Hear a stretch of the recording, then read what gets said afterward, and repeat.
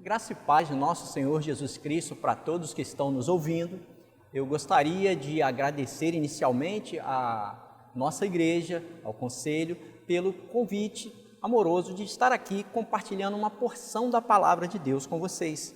No momento de tanta dificuldade, no momento em que nós estamos ausentes do templo, é importante nós também nos comunicarmos por intermédio das coisas que nos possibilitam ligar o homem, que é a nova tecnologia.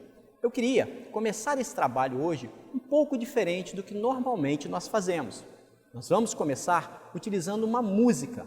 Essa música, ela vai nos ajudar na compreensão do que nós vamos trabalhar de agora em diante.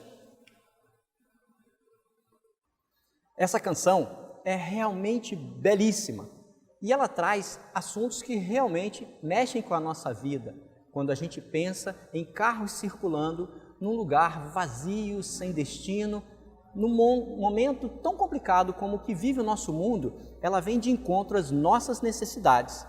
Mas nós trabalharemos mais à frente apenas duas estrofes dessa mesma canção, para que a gente possa desenvolver a nossa linha de pensamento e de estudo hoje. Eu espero que todos nós possamos sair edificados ao término desse período. Vamos ler a palavra do Senhor que se encontra em Tiago 2, 26. Porque assim como o corpo sem espírito está morto, assim também a fé sem obras é morta. Vamos orar? Deus querido, Deus maravilhoso, nós te agradecemos pela bondade, pela misericórdia com que o Senhor tem nos tratado, Deus, nesses dias tão difíceis, tão sem saída para a humanidade. Em Ti, Deus, nós encontramos abrigo, em Ti nós encontramos proteção, em Ti nós somos confortados, Deus.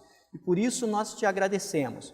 Nós te pedimos que nesse dia o Senhor esteja conosco, direcione tudo aquilo que será feito aqui e que seja tudo para a glória do Seu precioso nome.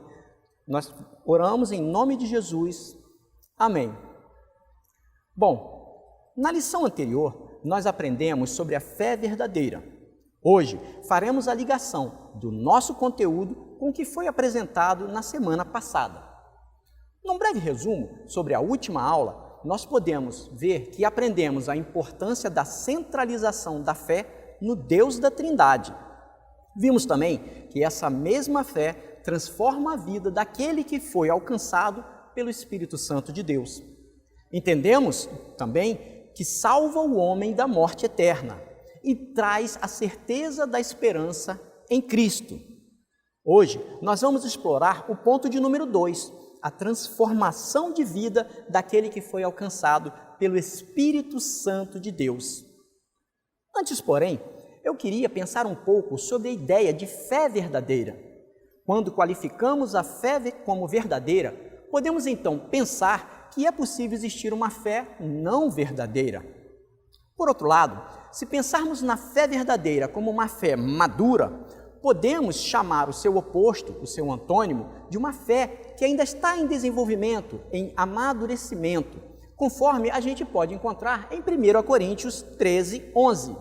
Lá, Paulo apresenta uma fé que evolui da posição de menino para a posição de homem, ou seja, uma fé infantil amadurecendo e alcançando o status de fé madura, fé verdadeira.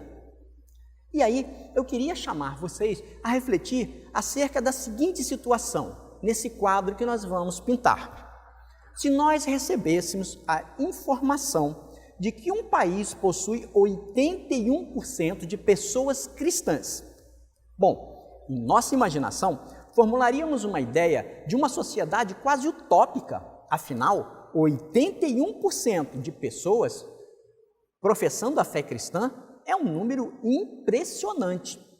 Criaríamos, então, um modelo mental que mostraria esse país com um cenário que seria mais ou menos assim: baixo índice de criminalidade e violência, um local onde a palavra é preservada e os acordos são mantidos, onde viúvas e órfãos possuem abrigo.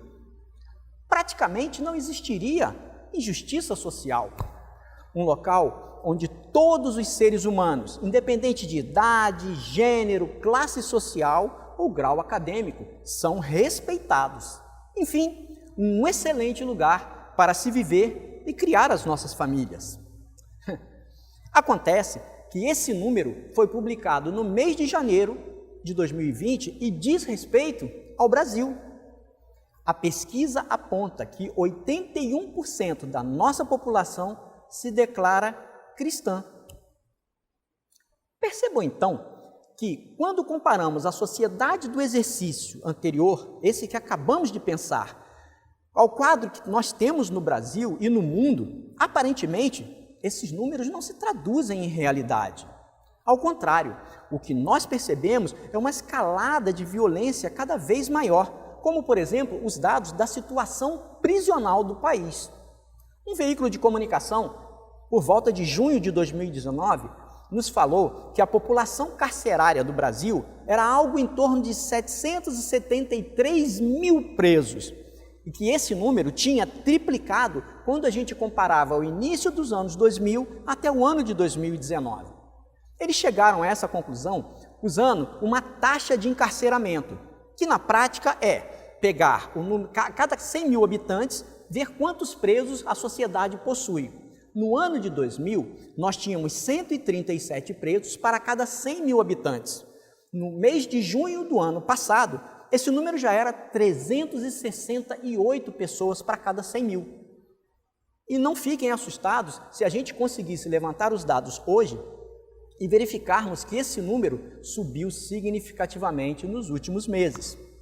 Então, o que a gente percebe é que é possível termos uma sociedade que, apesar de professar uma crença religiosa, vive na contramão do que essa mesma fé ensina. Nesse contexto, se encaixa perfeitamente a palavra dos Tiagos, a do presbítero, que na semana anterior nos chamou a meditar a respeito da fé verdadeira, e a da epístola, que nos ensina que se a fé não possui obras, ela é morta. Logo, não é uma fé verdadeira ou madura. Como então avaliar na prática a minha própria fé? E entenda que esse exercício deve ser feito sempre na própria pessoa. Não adianta eu tentar olhar a fé do outro, eu preciso primeiro analisar como vai a minha própria fé, porque se eu não conseguir me conhecer, como posso ajudar alguém? E aí se encaixa muito bem a preocupação e a pergunta de Jesus expressa em Lucas 6,39. Pode um cego guiar outro cego? Não cairão os dois no buraco? Então, para que nós não caiamos no buraco, nós vamos analisar um pouco a letra daquela música que nós ouvimos no início da nossa transmissão. Nela, nós vamos perceber dois momentos distintos expressos na letra. E aí, nós separaremos um cenário de uma fé que inicialmente começa a caminhada e uma fé, num segundo momento, já bem mais madura, com outra concepção acerca das coisas que precisa ser feito por um cristão, ou seja, as suas obras. Quando a gente avalia a cena de número 1, o cenário de número 1, nós observamos um texto que diz assim: eu só quero a calmaria de um lugar que sopra o vento da paz, guiando as águas tranquilas. Sou estrangeiro e vou seguindo para o eterno lar, enquanto eu espero o momento em que vou te encontrar. Nesse cenário, o de número 1, percebemos que existe alguém que possui o desejo de encontrar um lugar calmo. Esse sentido está expresso pelas ideias de calmaria, vento da paz e águas tranquilas. Nesses tempos que temos vivido, tudo que tem faltado é calma. O coração tem andado mexido, as coisas têm meio que se acumulado em nossas mentes, vez por outra preocupação de como será o amanhã, o que será essa coisa de novo normal, como funcionará a sociedade quando tudo isso tiver passado, ocupa muito tempo em nossas mentes. E essa ocupação acaba roubando de nós a verdadeira calmaria que precisamos. Por conta disso, essa letra acaba vindo de encontro a uma necessidade imensa que nós temos nesses dias que temos vivido. É necessário lembrar que a ideia de um lugar calmo e tranquilo é uma aspiração que cabe muito bem em todos nós. Não existe nada de anormal querer algo assim. Afinal, quem nos dias de hoje gostaria de encontrar um lugar conturbado, difícil de viver, onde o tempo todo sejam combates por fora e temores por dentro? Por exemplo, como nos disse Paulo em 2 Coríntios 7:5. É bem melhor um lugar tranquilo, um lugar calmo, onde a gente pode verdadeiramente descansar. Mas continuando a viajar pelos versos, o autor se reconhece um estrangeiro, como acontece em Hebreus 11:13, quando a gente vê na listagem da Galeria da Fé, lá no finalzinho do verso 13, a descrição de que eles se reconheciam como estrangeiros, como alguém que não fazia parte desse mundo, que estava aqui só de passagem. O autor da música também declara que, além de estrangeiro, ele possui um destino e segue para ele, mantendo a expectativa do momento do encontro. Me chama a atenção nesses versos a sua ideia central, porque eu achei ela maravilhosa, perfeita. É a fé que, plantada, começa a dar seus primeiros frutos. Seguindo para o eterno lar, enquanto eu espero o momento que vou te encontrar. É um ótimo conceito inicial. É tão bom que muitos param exatamente aí, por acreditarem que já alcançaram tudo o que era possível. Mas a canção dá continuidade e nos mostra que essa fé, ela amadurece e se transforma na fé adulta que temos no desenrolar do próprio texto de 1 Coríntios 13:11, onde Paulo nos lembra que quando nós chegamos a ser homens, quando a nossa fé evolui para o nível maduro, nós desistimos das coisas próprias de meninos. Nós deixamos de tão somente nos ocupar com as brincadeiras e começamos então a tomar atitudes maduras. Fé madura é isso, é a gente deixar de lado as coisas que inicialmente nos entretinha e encontrar na boa doutrina de Cristo aquilo que precisamos fazer uma vez que fomos alcançados por Ele. Assim, quando a gente consegue sair desse status inicial de fé infantil e alcançar aquilo que é fé adulta, vivemos uma fé que produz obras, como nos adverte a epístola que lemos, que nos explica claramente que uma fé que não produz obras, ela é morta. Bom, mas agora vamos avaliar a segunda cena, a parte 2 da música. E ela começa: encontrei a calmaria do lugar, que sopra o vento da paz, bem junto às águas tranquilas. Sou estrangeiro, mas compreendo que o eterno lar começa no momento em que eu vivo para te encontrar. Hoje, encontrei em ti, encontrei o meu lugar tão sublime.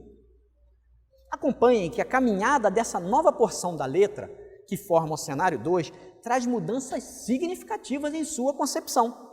Em primeiro lugar, o desejo de encontrar um lugar calmo foi superado, e muito, pois a descoberta não foi só de um lugar calmo, mas a razão dessa calmaria.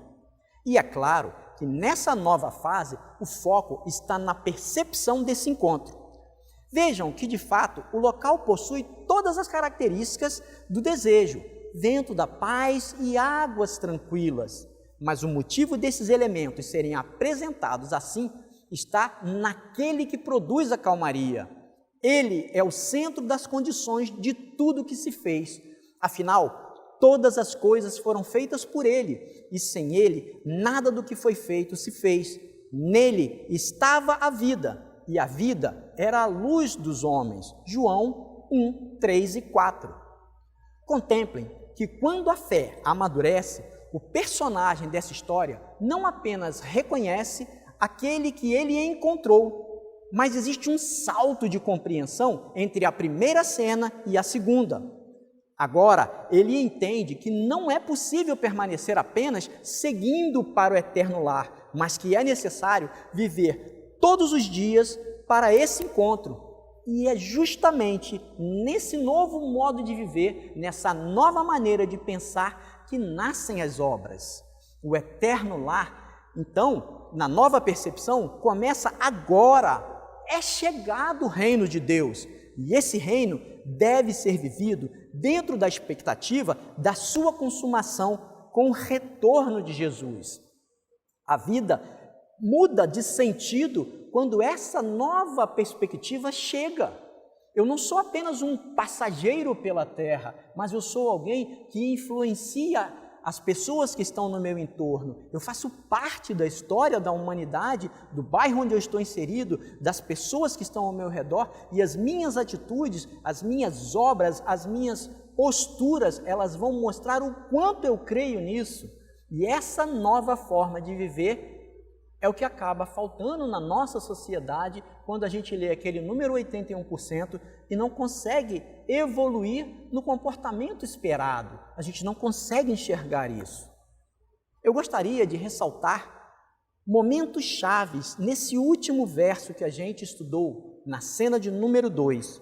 Nele eu consegui destacar 4 momentos que foram importantes para o desenvolvimento da fé do personagem e que pode servir de exemplo para o desenvolvimento da nossa fé, a fim de que ela, uma vez madura, consiga produzir obras e aí ande em consonância com a ideia que o apóstolo Tiago nos passa na sua epístola.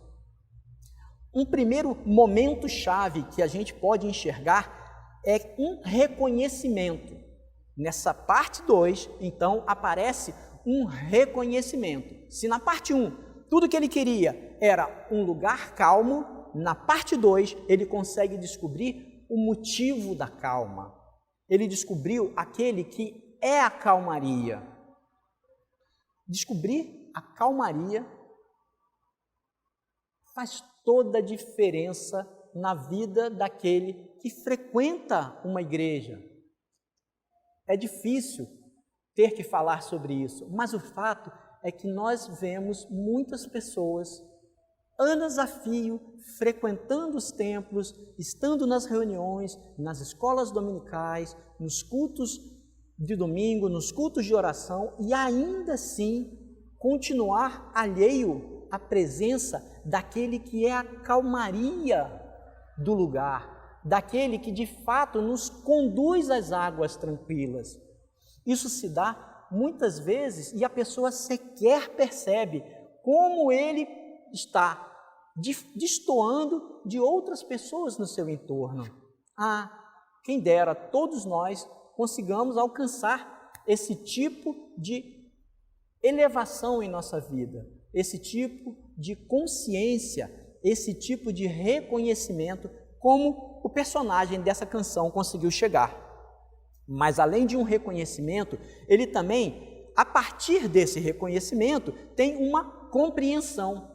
Ah, eu não apenas estou seguindo para o eterno lar. O eterno lar começa aqui e ele precisa começar de forma verdadeira, de forma completa em mim. Eu tenho que me preparar para esse novo lar e viver de maneira que as minhas atitudes já denotem que sou um estrangeiro, que sou um morador diferente.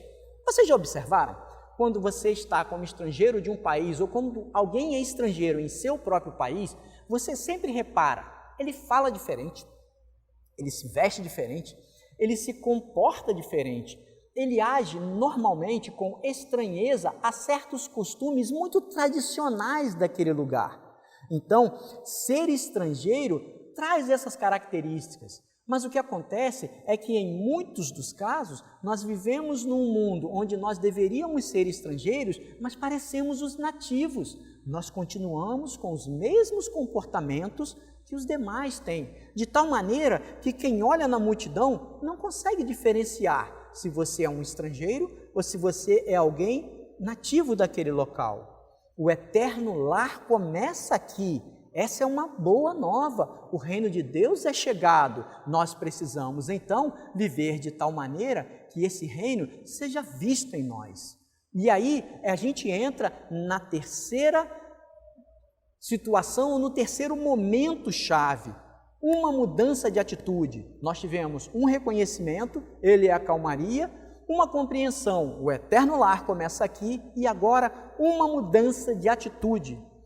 Eu preciso viver pelas leis do reino para te encontrar. E não apenas eu sigo para chegar a esse eterno lar como se ele estivesse lá longe. Não, dentro de mim existe um pequeno pedaço desse eterno lar. E eu preciso mostrar isso a tantos quantos eu conseguir alcançar com os meus atos, com as minhas obras, com a minha maneira de viver e de mostrar que Cristo vive em mim. E um senso de pertencimento que é tão fundamental para todos os seres. Desde muito jovem, a gente busca esse senso de pertencimento. Queremos fazer parte daquele grupo, queremos fazer parte do grupo dos descolados, queremos estar fazendo parte do grupo daquelas que mais estudam, ou que são os atletas, ou que são os famosos. A gente sempre quer pertencer a algum lugar. O fato é que a música mostra que nesse contexto o personagem se sente suprido também, pois ele diz: hoje em ti encontrei o meu lugar. E aí, quando ele percebe que aquele lugar, que não é outra coisa senão o dono da calmaria, é um lugar extremamente sublime, ele se declara e se regozija diante dele. O fato é que fé verdadeira ou fé madura inevitavelmente produz obras, pois é uma fé viva e precisamos avaliar as nossas vidas para enxergar oportunidades de fazer da nossa fé uma coisa cada vez mais buscando o amadurecimento, cada vez mais buscando caminhar no caminho do eterno lar, produzindo obras. Isso faz parte do existir em Deus. Precisamos avaliar, sobretudo, nesse momento de pandemia, quando as famílias estão convivendo muito mais uns com os outros e temos visto resultados que são desanimadores. Quando olhamos para a sociedade, o que temos encontrado são divórcios, violência doméstica e muitas coisas que destoam de um país com 81% de pessoas cristãs. Precisamos proteger as nossas famílias do vírus, das injustiças, das desavenças, das condições de insegurança. Então, a grande reflexão que gostaria de deixar é que precisamos ser agentes propagadores da justiça, da segurança, do entendimento e do respeito. Sermos bons exemplos naquilo que fazemos. E aí, você tem sido dessa maneira? Sabe, muitas vezes, vidas não estão dando os frutos que poderiam dar, e isso é muito triste.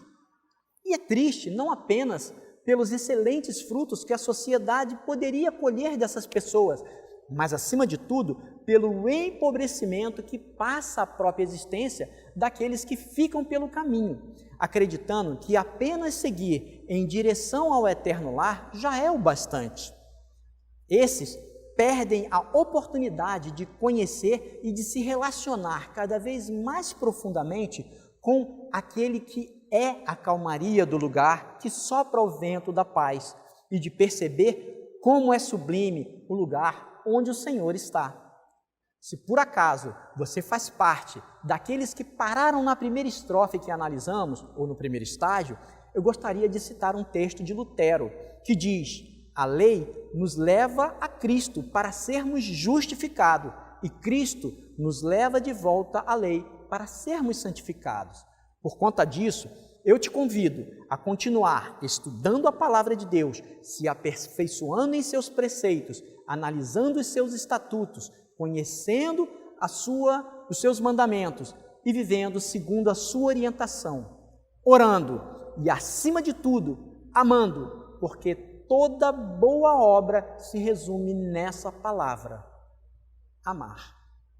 Que Deus nos abençoe e que possa falar mais profundamente ao nosso coração, que nós possamos, nesse período de pandemia, nesse período de tribulação que o mundo se encontra, ter em Deus a calmaria e ser semelhante a Ele a calmaria para as nossas famílias, para os nossos amigos, para os nossos vizinhos, e aí sim mostrar que nós fazemos a diferença numa sociedade tão confusa, tão perdida, tão sem Deus. Deus se manifesta através da nossa vida, das nossas atitudes, e as nossas obras devem falar por nós, para que dessa maneira o nome dele seja glorificado. Que o Senhor nos abençoe. Amém.